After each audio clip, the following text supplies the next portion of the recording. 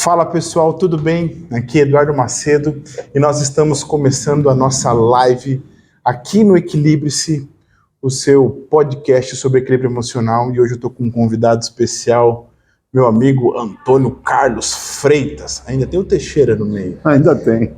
E a gente vai falar, talvez você ouça um pouquinho de barulho, a gente está aqui na Distrital Oeste da Associação Comercial de São Paulo, e se você ouvir um pouquinho de barulho, você me desculpa.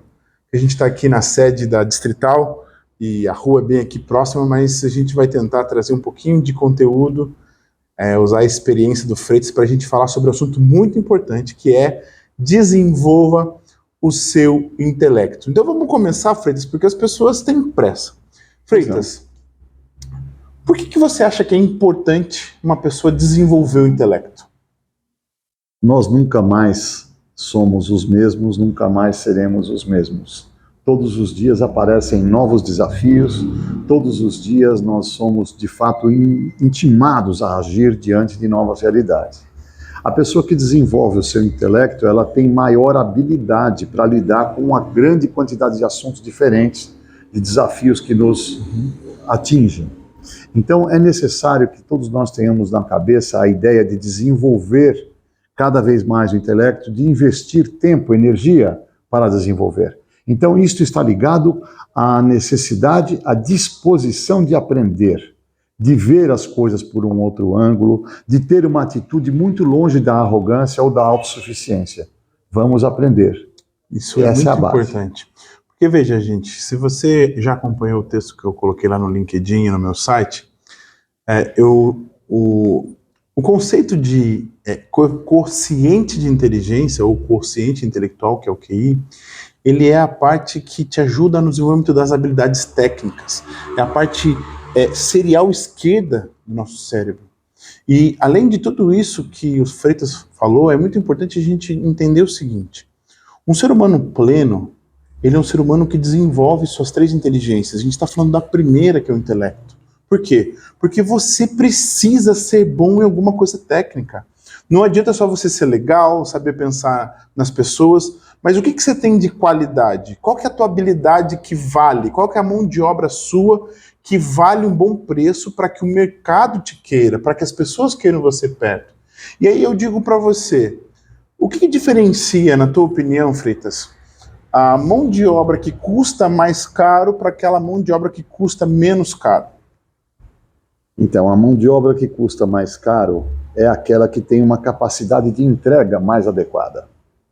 Ou maior, ou mais profunda, ou mais descritiva, de acordo com a necessidade. Então, antes de tudo, quando você decide investir no intelecto, você precisa investir numa audição ativa, não apenas disputar a palavra, mas entender que você está com alguma missão, você tem um trabalho pela frente. E quanto mais atento, mais ativo na audição você for, melhor você captura as necessidades do seu interlocutor. Para que vocês estão conversando? Qual é a intenção? É um trabalho? É algo técnico da profissão? Muitas vezes pode ser uma necessidade de apenas ouvir alguém que você tem uma certa estima e que num determinado momento está confuso, tem um problema, tem algum dilema para resolver. Então, antes de mais nada, é necessário ter esse cuidado na audição. Quando nós falamos de audição ativa, nós também estamos querendo dizer que você não está ouvindo por ouvir, você está de fato participando daquilo. Quando nós estamos num processo de audição ativa, nós temos que ter uma atitude regular. É como quem faz um enduro, onde a constância pode ser mais importante, mais definidora do que a velocidade. Quem está ouvindo ativamente não está com pressa. Dedicou aquele período de tempo, aquela energia para ouvir, para então organizar na sua cabeça possíveis contribuições e depois poder, de fato, exercer essas contribuições. Nós valemos pelo que nós fazemos. O nosso grande ponto de inflexão para a melhoria da nossa vida e do nosso intelecto é nós entendermos, será que eu tenho alguma utilidade? Em que posso ajudar? E ter isso de forma legítima, né, Eduardo? Sim. E você sabe o que... Eu quero fazer uma provocação aqui, Freitas, que eu fiz no texto, que é a seguinte diferença. Médico e um construtor. Sim, Os dois são habilidade técnica, perfeitamente. Um é com o ser humano e o outro é com a obra. mas são habilidades técnicas aprendidas por um profissional que se dedicou naquela profissão. Perfeito. Por que que um ganha mais e o outro ganha menos? Vamos a partir do princípio que os dois são muito bons naquilo que fazem. Sim. O ganhar mais ou ganhar menos está ligado ao reconhecimento de quem recebe o serviço ou a informação. Para o mesmo serviço, para a mesma informação, você pode ter níveis diferentes de remuneração ou de cobrança de um determinado custo. Isso se liga muito à questão do valor. Sim. Então, quem hoje coloca uma proposta sem o devido valor é taxado de caro. E terá razão quem o chamar de caro, porque a entrega não está na altura do mesmo nível de cobrança. Tem também o contrário, tem pessoas profissionais que estão mais de começo de carreira, ou que querem ganhar um mercado com maior velocidade, eles podem colocar um preço inferior ao valor, ou seja, entregar muita qualidade e cobrar um pouco menos. O que é mais saudável não é nenhum desses dois pontos extremos. O que é mais saudável é que haja uma verdadeira equidade entre aquilo que se pode oferecer como desafio, como diferencial, como padrão de qualidade mais elevada e também o custo. É aquilo que nós resumimos com aquela expressão custo-benefício. Uhum. O custo-benefício precisa ter equilíbrio. E nós dissemos hoje numa reunião que caro é o que não dá retorno. Sim. Caro é o que não presta ou não coincide a expectativa de qualidade. E nós sabemos que no Brasil acontece muito isso, de haver pessoas que têm um nível de entrega desigual em relação ao que elas cobram. Sim. A maioria das vezes que nós temos visto, inclusive com experiência própria, é uma tendência de cobrar mais do que vale. Então a discussão é valor e preço. Sim. É necessário ter equilíbrio entre valor e preço, entre diferenciais que se pode ter em relação a outros trabalhos semelhantes e aquilo que de fato é necessário se exigir como investimento de quem estaria contratando isso. Eu gostei muito da tua resposta, mas eu quero a polêmica. Vamos lá. Eu quero a polêmica. Por que, que o Vamos. médico ganha mais que um construtor? O Na médico, sua visão. na minha visão, o médico está cuidando de uma prioridade máxima nossa, que é a nossa própria existência. É a continuidade da vida. Uhum. E o construtor, ele está construindo alguma coisa num nível de utilidade racional. Mas uma casa não se compara o valor de uma casa ou de um imóvel, de qualquer que fosse o tamanho do imóvel, com a autoestima, o valor, o amor que está embutido na questão da própria vida. E aí eu acrescento, se Sim. você me permite, o seguinte.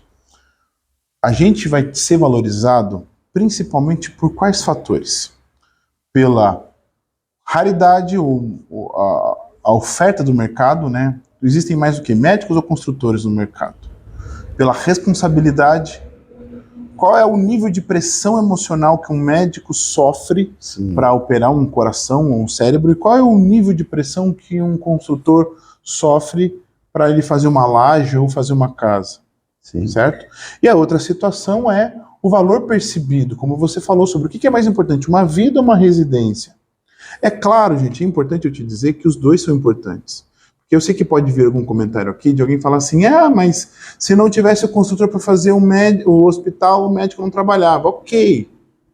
Mas tem um outro fator também que é o sacrifício e investimento de tempo para você adquirir aquela habilidade. Sim. Quanto tempo um construtor tem que se aprimorar, tem que estudar, e como é que ele adquire essa parte técnica e o que um médico precisa fazer, qual é o tempo de dedicação. Uhum. Por isso que a importância que eu vejo em desenvolver o intelecto de tal forma e você decidir o que você quer desenvolver. Sim. Qual o intelecto você quer desenvolver? Qual a parte? E quanto que custa para isso? Uhum. E o mais importante que eu vejo é o que tem a ver com os seus talentos, com os seus dons, com a sua personalidade, com o seu temperamento. Porque quanto mais fizer sentido com você essa parte do intelecto, essa questão técnica, melhor você vai executar essa tarefa com mais amor, com mais vontade, com mais paixão. E quem faz algo com amor e paixão, aliando a uma boa parte técnica, consegue alcançar os seus sonhos. E aí, para a gente começar a pensar mais numa questão prática, para a gente ajudar você, para que a gente possa contribuir com você que está nos vendo, eu quero propor 4 questões práticas para a gente olhar. Aí eu vou fazer uma colinha aqui no celular do Freitas, que não tem problema. Ok. Eu quero que você fale sobre o seguinte. Invista no desenvolvimento. É possível você ter um bom conhecimento técnico só com informação grátis? Depende especificamente da sua forma de enxergar conhecimento, da sua maneira de pensar sobre que nível de competência você quer ter e em qual área. Porque também existe aí um fator chamado motivações, um fator chamado vocação. E aí você pode ter uma habilidade técnica numa área que você tem maior afinidade, que não é necessariamente construção civil ou medicina, tem milhões, né, de possibilidades. Agora, é necessário investir no desenvolvimento? Sim. Só com informação grátis, eu acredito que você possa ter um nível mais superficial, sabe, Eduardo? E quando você coloca seriedade, profundidade no que você de fato quer aprender para transmitir, ou no que você quer consolidar para transmitir melhor, é ideal que você vá além da informação grátis, que você busque algo mais especializado e você invista tempo, energia, recursos, dinheiros, para que você tenha o acesso ao que tem de melhor. Hoje não faltam referências para você buscar o melhor. Sim. Então Ele deu spoiler na minha pergunta, porque eu ia falar de tempo. Foi sem querer. Já que ele deu spoiler, não tem como você ser bom no que você faz em pouco tempo. Verdade. Quando eu digo, porque a gente está vivendo uma geração de jovens que querem dormir sem saber algo e querem acordar dominando aquele assunto. Então você precisa realmente investir tempo, dinheiro, dedicação. Eu até coloco no meu texto, se você quer ser bom, você tem que estar disposto até a sacrificar finais de semana para que você possa aprender. Não estou falando para você, eu vou virar escravo. Não, mas alguns é importante. Eu não conheço ninguém que venceu e que conseguiu realizações que trabalhou de segunda a sexta, das 8 às 18. Verdade. Né? O segundo ponto que eu quero trazer aqui para a gente falar é o seguinte. O que é mais importante? Rápido, muito rápido, ou não desistir? A tendência nossa é acreditar que o rápido, o mundo muito rápido, tende a ser superficial. Ele pode até ser muito bom, mas quem vai no rápido, muito rápido, quem vai na velocidade, dificilmente encontra a verdadeira essência dos seus assuntos, sejam eles quais forem. E se você for capaz de identificar na essência a utilidade, a praticidade da tua informação, você vai fazer um consciente esforço e uma construção muito sólida de valor, porque aí você está transmitindo algo interessante. Na superfície nós não encontramos valor. Então, a velocidade não é tão importante quanto a constância, a consistência, a profundidade. E é isto que nós imaginamos. Quando você fica na superfície, você não se diferencia. E aí você fica na média.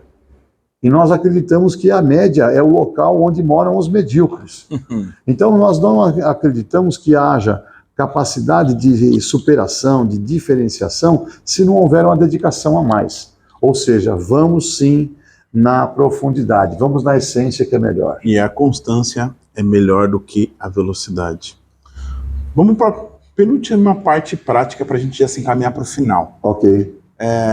E o pessoal que vai chegar com a ideia de bons conselhos, mas vai falar para você desistir e ter um plano B?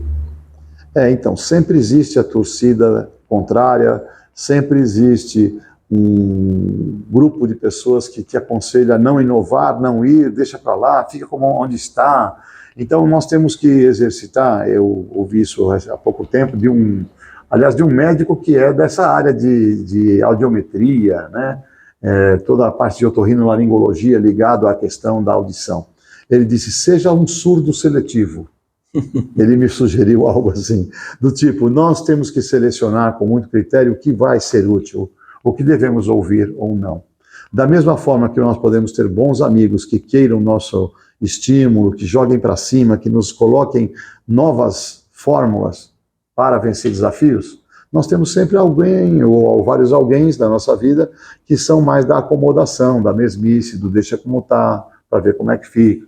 Então, existem pessoas também cujo perfil comportamental, onde meu caro Eduardo é um grande estudioso dessa área, do perfil comportamental humano, que tem medo de riscos, que querem manter do jeito que as coisas estão, que querem ficar estacionados. Então, essas pessoas, não estou dizendo que sejam maldosas, até muitas vezes pode ser por carinho, por amor, mas elas não querem para elas o risco. E aí elas também não querem para você o risco. Vão te aconselhar a desistir, a deixar para lá, a ficar na zona de conforto. E há poucos dias eu vi também, numa outra situação de empresa, uma pessoa dizer que se o sucesso estivesse na zona de conforto, o rei da selva seria o bicho preguiça. E não o leão. Mas não é o bicho preguiça o rei das selvas. Então, nós temos que nos dispor, sem nos economizar em espécie alguma, nos dispor a aprender, nos dispor a enfrentar o imprevisto, o novo, o desconhecido. Então, é necessária uma atitude positiva e um pouco mais de coragem e fé. Muitas vezes a questão também está ligada à fé. Sim. Porque se nós nos sentirmos fracos ou incompletos, quem tem fé vence tudo isso. Até porque dentro de cada crença, de cada modo, de cada um, nós não estamos aqui para discutir religião, mas você se apega num poder maior, num poder divino, e você se joga, se arrisca, se coloca naquela situação. Não há aprendizado se não houver disposição ao risco. Não há sucesso numa tentativa de aprender se não houver apetite e humildade para aprender, vontade de chegar lá, né? Então as pessoas, muitas vezes, nós já vimos também situações de pessoas que são talentosas, que são brilhantes, mas se forem muito medrosas, se não tiverem apetite ao risco, se não tiverem uma noção do que é necessário para enfrentar o novo, essas pessoas se tornam conservadoras, negativas, negadoras, e aí vão viver numa zona de conforto junto com uma certa mediocridade o resto da vida. Sim. O que você quer? Essa é uma pergunta boa. Você quer fazer a diferença?